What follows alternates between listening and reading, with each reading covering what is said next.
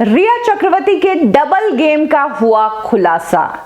रिया चक्रवर्ती एक तरफ सपोर्ट भी नहीं कर रही है और दूसरी तरफ ये कह रही है कि मैं तो सपोर्ट करने के लिए तैयार हूं।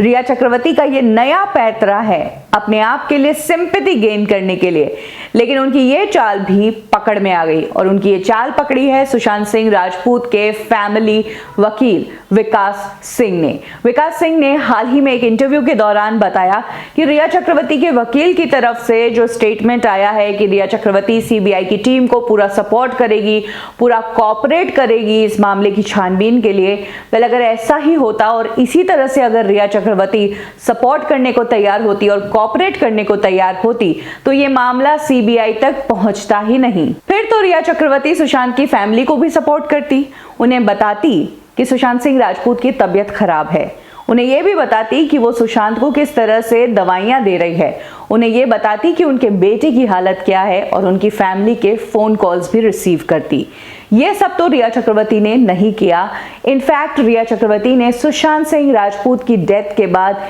फैमिली से मिलके उनका दुख तक शेयर नहीं किया। और सबसे बड़ी बात, रिया चक्रवर्ती जो अब कह रही है कि वो सीबीआई को सपोर्ट करेगी, ये वही रिया चक्रवर्ती है जिसने सुप्रीम कोर्ट में बिहार पुलिस के खिलाफ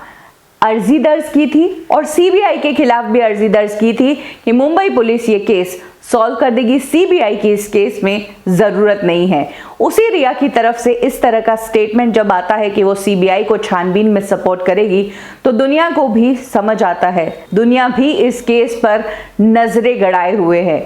सबको पता है कि इस केस में कौन सपोर्ट कर रहा है और कौन भागता फिर रहा है, कौन छिपता फिर रहा है, कौन मगरमच्छ के आंसू बहा रहा है, कौन 1 महीने तक चुप रहता है और उसके बाद सीबीआई की डिमांड मांगता है, कौन सुप्रीम कोर्ट के फैसले आने से पहले एक वीडियो शूट करके डालता है रोते हुए, जस्टिस की कामना करते हुए,